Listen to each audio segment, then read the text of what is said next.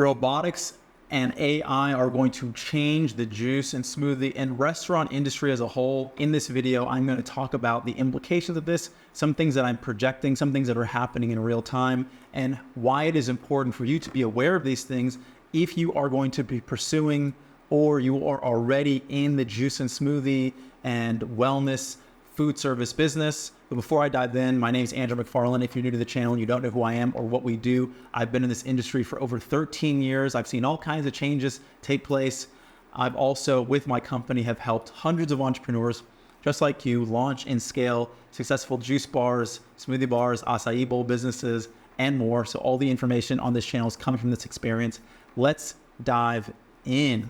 Okay, so we all know right now, if you have not been living under a rock, that AI and robotics are starting to become much more of a conversation in the public sphere, and the impact of AI and robotics and what that means for everyday life. How is that going to change? A lot of the revolutions that we're going through are going to be akin or more revolutionary than the invention of the internet.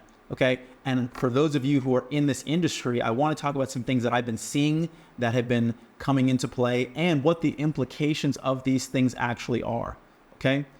So firstly, it should be obvious to you that there are many restaurants right now that have been including and incorporating robotics into their operations.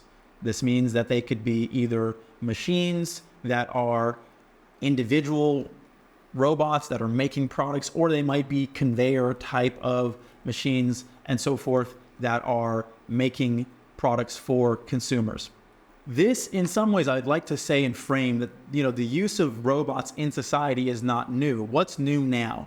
The old way, if we look at a lot of the technology that we use, I would even say that a blender, as an example, is a robot, right? Anything that you are using that is not manual human labor, that is used to increase the efficiency of the production of what you're doing, would be considered a form of robot.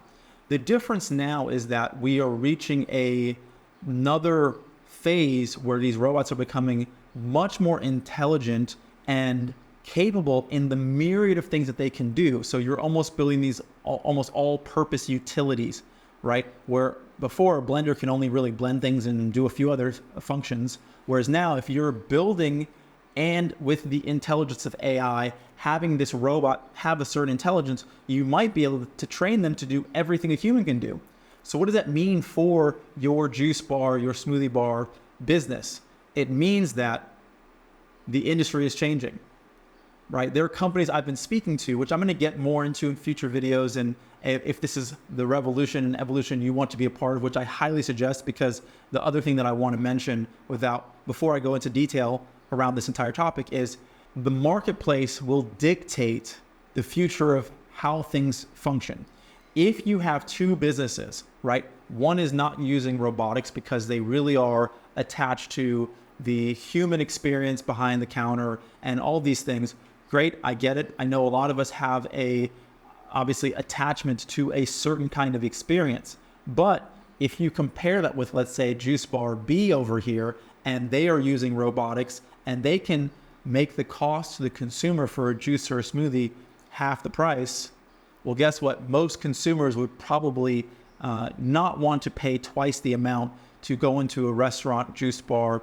And there are going to be exceptions to this. Obviously, if you're talking about fine dining and so forth, there is going to be a level of human interaction that people still want to have. But for something that's quick service, fast food, people aren't really paying for that product for the service aspect, and they just want to have the product and then be on their way. Well, it's going to be very hard for Juice Bar A to compete with Juice Bar B if they're using robots and everything is cheaper for them too. Why can they charge half the price? Well, because one, their labor is going to be much cheaper. Robots can run 24 hours a day. They are going to need some maintenance, but in terms of what you need to pay a human being minimum wage or above with tips and more, it's going to be much more expensive to do that than to have a robot, which is going to be much more efficient, and it's going to be mostly the energy and maintenance cost produce a product. Okay, so that's really number one. I'm going to start to dive into the sequence of implications of what does it mean for this evolution of AI and robotics. The second thing that's going to be a very, very, very big differentiator with utilizing as a business owner or consumer a juice bar, smoothie bar, or restaurant that is using robots is product consistency, right? In terms of taste, size, order times. These are all things that become very hard to manage when you're a juice bar owner, and also become very problematic when you're a consumer, because we all know, we've gone to the experience where we've gone to a restaurant and we've ordered a product and it's been different portion sizes, different flavor profiles, and so much more. And so having that consistency is going to be a much more valuable proposition than not, and running the risk of having human error when it comes to your product. The third thing, and the next thing that I want to mention is, which is related to that for a business owner, that's a massive benefit, is controlling your costs. Because with product consistency comes the capacity to be able to predict and manage better your food costs, okay? A lot of times when human beings are making products, they can spill things. That's not very likely to happen as much with robotics. They can use different portions, and the list goes on and on and on in terms of human error. Now, when you're using robots, you're not going to really have that as a significant issue or at all. So that's a very compelling aspect when it comes to the robotics choice as a business owner, and also, as I mentioned, as consumers. The next thing is going to be sanitation, right? We know that with human beings, there's going to, and have a lot of times been, issues with people getting sick, viruses. Someone might be carrying something, they sneeze on your burger, they don't wash their hands, so on and so forth.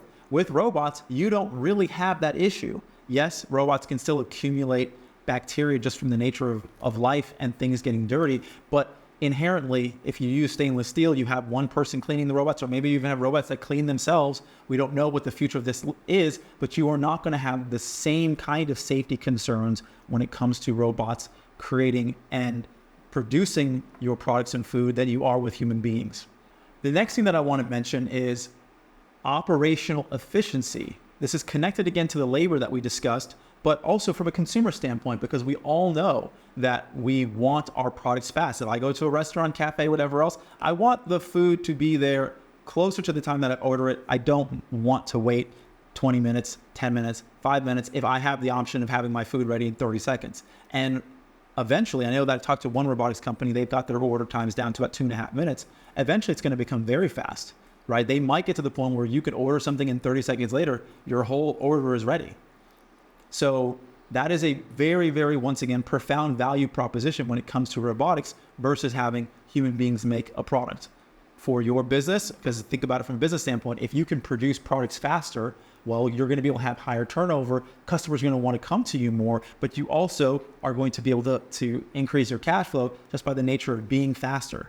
I always mention to clients of ours and people in this community, there's not one major food service business that you can look at and say, oh yeah, their service is a bit slow.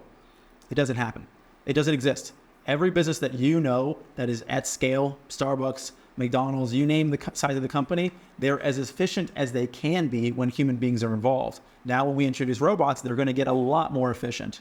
Okay, so those are going to be the primary upfront points that are, some of those may be obvious to you, some of those might not be, but I want to talk now about what are some of the potential innovations that are not just efficiencies on things that we already do, but allow us to do things that we have never done, okay? So these are just things I'm speculating that I really, really feel strongly are likely to happen that are going to make the proposition of having a robotics-driven juice or smoothie bar, restaurant, food service business become that much more enticing for you as a business owner and for consumers. So something that we know is the case is that when, let's say, for example, a customer comes in and they want to modify a smoothie, well, there's a lot of complications in that in terms of managing your own costs, right? And then training your staff on the fly or not, how to make that product effectively. When you have robotics, now not only will the consumer be charged the right margin on each product because you know what your costs are, so all your inputs are clear because the math is just the math, right? You will be able to then charge a customer the right amount so you maintain your profit margins. But on top of that, you'll be able to do a better job in customizing things so that you have the same product consistency. So this robotics company I was speaking to recently, they were telling me that because everything is managed by weight, as an example, if they are out of a certain product, let's say, okay, they're low on bananas and somebody needs to replace mango, well, they can do it by weight, or it's another product, it's strawberries. They can make sure that the output and the consistency is the same as well as manage the costs. So that's one primary innovation. The next thing that I'm speculating is really going to happen in the future is you are going to have people who, let's say, are on custom diets. They might be an individual who is lactose intolerant or has diabetes or whatever it might be. They might have a nutritionist that is remote. They can be in a completely another state or other country. And they can say, you know what, let me send some recipes over to that restaurant over there, because this restaurant might have an open platform for people to distribute and submit different recipes to that robotics machine. And then they can say, okay, cool, we've got the smoothie just for Joe. And that might have all the things that he needs for his nutrition that he can get, that there's no other way that an individual will be able to coordinate with a business if there wasn't a platform that allowed them to interact in that way. So this is going to create a lot of innovations in terms of how people interact with food service businesses, that if you're not doing this, if you are not part of this train, this AI robotics future, you will not be able to do and therefore not be able to compete. So these are a lot of things I want to mention, and I want to kind of finalize this video with this statement. The future, just like there have been many, many, many innovations in technology that many people have resisted. I'll take an example with film. When digital cameras came out, a lot of people in the film industry had a deep nostalgia and romanticism about the importance of film. Film is a better quality. There's no image like it. Well, guess what? Eventually, the digital experience caught up to film and was cheaper, faster, and better. And guess what? Kodak went out of business. This was a $1 billion+ company, massive, massive company. They went out of business. The same thing happened with Netflix and Blockbuster. A lot of people, if you guys know the story, Netflix was offered to Blockbuster for, I think at the time, it was something like $10 million. Blockbuster had the opportunity to buy Netflix and they did not, because Blockbuster thought, who's going to want to have DVDs delivered to their house? Yeah, it's more convenient, but people love the experience of walking into the store and choosing their favorite movies. Well, that turned out to not be true, and Blockbuster went bankrupt, and Netflix is still thriving today. There are countless times throughout history where innovations are being introduced into the marketplace that are cheaper, better, faster. And then there are collectives of people who have a deep romanticism about the way that they do things and why it's important that they continue to do it. That is not a stronger value proposition. There might be some value in that, people going to Blockbuster, but people will always lean towards things that are cheaper, more convenient. When I say better, there's lots of ways it's better, qualitatively and experientially, and faster.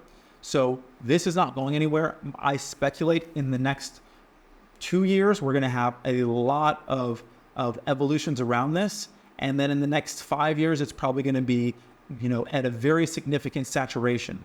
This is important for you now as you are thinking about the evolution of your company and how you want to approach it, because you might, from the early days, start to look into these innovations and how you can set up a business model, because there's companies today where you can buy robots. You can do this today. It's not something that I'm talking about way far into the future. It's going to evolve more in the future, but it's happening now. So be aware of this. Do not get lost behind in the innovation. Figure out as an entrepreneur how you can capitalize and participate in where things are going, and that way you will succeed. People aren't going to stop eating. People are not going to stop being concerned with their health. But the mechanism by which they do that and participate in that, the amount of money they spend and so forth, is evolving. So I wanted you guys to be aware. I hope this has been valuable to you. That's all for today's video. If you guys are not subscribed to the channel, you definitely want to subscribe.